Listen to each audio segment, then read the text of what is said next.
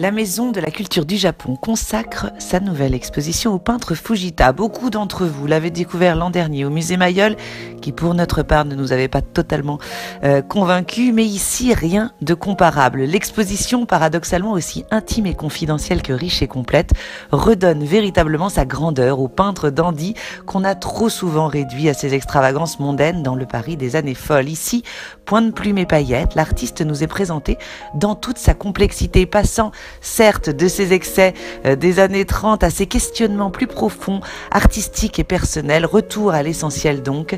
Qui est vraiment Fujita? Ce que l'on en a retenu est simple. Un homme excentrique, à l'ego démesuré qui apparaissait dans les bals costumés en coulis quasiment nu, portant sur son dos sa compagne Yuki dans une cage à oiseaux. L'un des plus riches peintres de Montparnasse, un peintre qui aime les chats et les peint un peu à l'excès, un peu mégalo et parano, cachant ses toiles sous son lit de peur qu'on lui vole son talent, et qui avait pris modestement le nom de Léonard à son retour à Paris en 1949. Et c'est bien dommage de le réduire à tant de stéréotypes.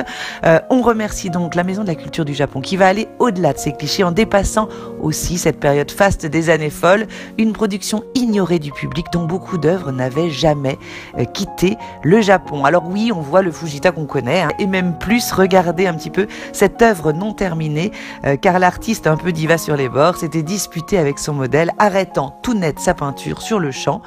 Mais on ne verra pas que ça. Ces chats que l'on retrouve ici dans une scénographie tout en épure prennent un nouveau sens, regard perçant qui ne regarde justement pas ce à quoi on s'attendrait. Il nous fixe nous et non pas ces magnifiques déesses nues et alanguies. Sa palette que l'on connaissait réduite à des blancs nacrés, des gris et des noirs, va ici se décliner au fil du temps, assumant même des teintes électriques insoupçonnables, presque incandescente, comme avec ce portrait de Madeleine au Mexique 2 ans avant qu'elle ne meure prématurément à Tokyo. Ces autoportraits à la moustache façon Chaplin laissent ici place à des peintures de guerre sans aucun look, le regard vif et le cœur meurtri. Même ces chats habituellement si calmes et si mignons sont en pleine bataille, se livrant eux aussi une guerre sans merci.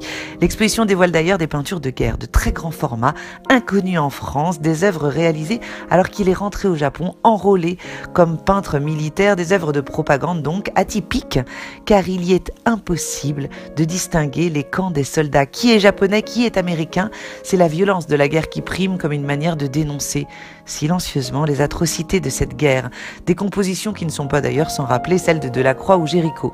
On s'arrêtera aussi devant ces mises en scène absolument surréalistes, regardées presque délirantes, lors de sa conversion au catholicisme à son retour en France, dans un style résolument kitsch qu'on n'aurait jamais osé ne serait-ce que soupçonner. Figures étranges d'enfants aux airs de poupées de porcelaine, animaux sortis tout droit de fables de La Fontaine, le tout mêlé à des inspirations de maîtres anciens, flamands ou italiens. Tout ça, c'est absolument inclassable. Cette première rétrospective complète du peintre Fujita en France nous aura, vous l'aurez compris, absolument conquis.